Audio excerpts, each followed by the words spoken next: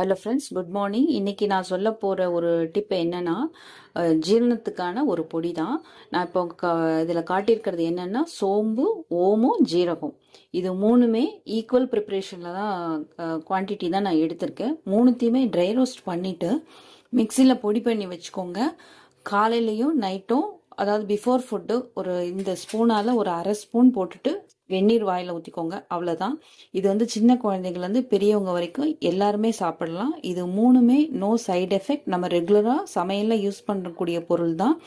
இது வீட்டில் இருக்கிறது ரொம்ப நல்லது. இப்போ இருக்க மழை காலத்தில் நம்மளோட ஜீரண சக்தி கொஞ்சம் கம்மியாக தான் இருக்கும். அதனால் இதை யூஸ் பண்ணுங்க. உடம்புக்கு எந்த விதமான சைடு எஃபெக்டும் கொடுக்காது. எல்லார் வீட்லேயும் கண்டிப்பாக இருக்க வேண்டிய இந்த பொடி கொஞ்சம் கொஞ்சமாக செஞ்சு வச்சுக்கோங்க. நிறைய செஞ்சு வச்சுக்க வேண்டாம். ஏன்னா இதோட பவர் வந்து கம்மியாயிடும். நம்ம இதை வந்து ட்ரை ரோஸ்ட் பண்ணி பொடி பண்ணி ஒரு ஏர்டைட் கண்டெய்னரில் ஸ்டோர் பண்ணி ட்ரை பண்ணி பாருங்கள்.